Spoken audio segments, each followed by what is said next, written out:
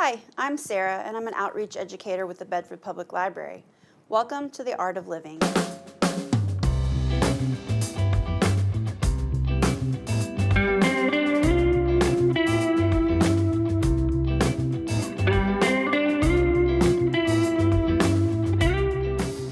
Today we're going to talk about how to complete the FAFSA, free application for federal student aid.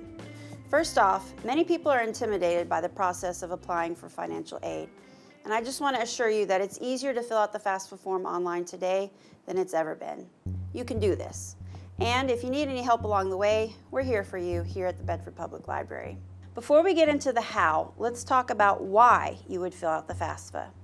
If your future plans include attending college or trade school, you should fill out the FAFSA to determine if you qualify for grants, work-study programs, or student loans to help pay for your schooling.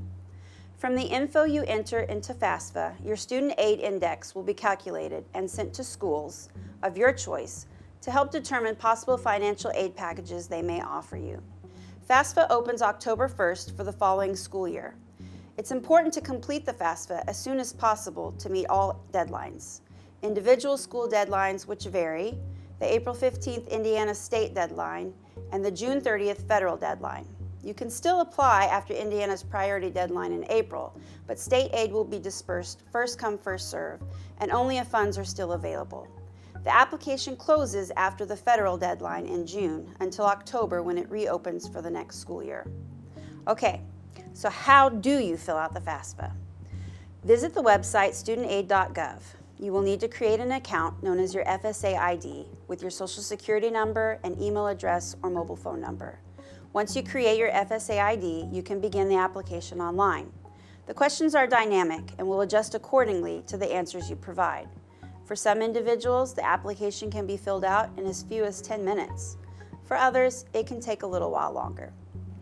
The first set of questions ask for basic information about the student to help determine the student's dependency status.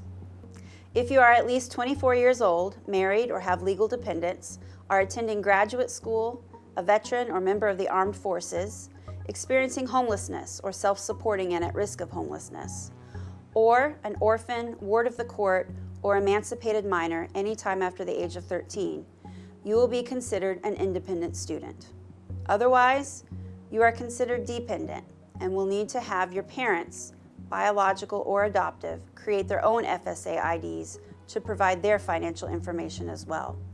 Not living with your parents or not being claimed by them on tax forms does not make you an independent student for the purpose of applying for federal student aid.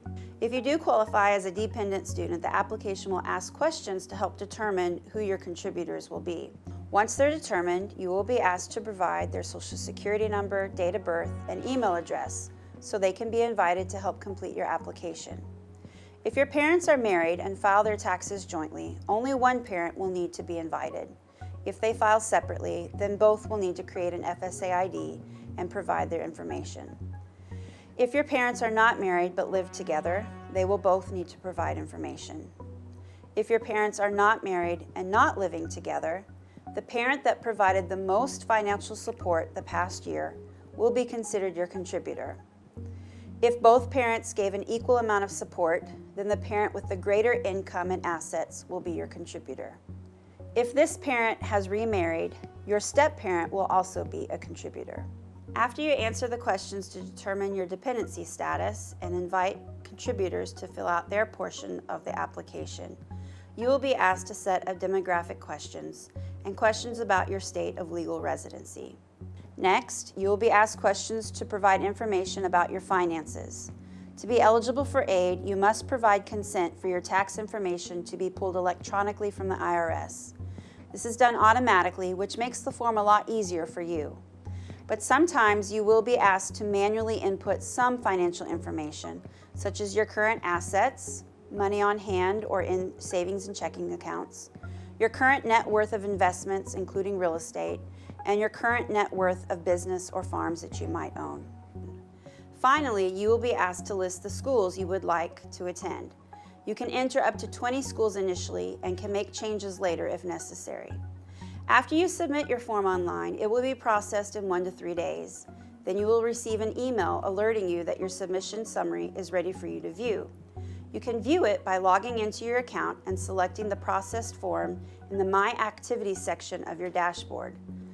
The submission summary will give an estimate of the eligibility for the federal Pell Grant and your student aid index, which will be sent to the schools you selected on the form. These schools will use your SAI to create financial aid offers once you have been accepted for admission. It will be important to monitor your email for any messages from the schools you're hoping to attend, for more information and any possible future necessary steps. And don't forget, after your first year of school, you will need to complete the FAFSA annually to renew your application for each year you attend school.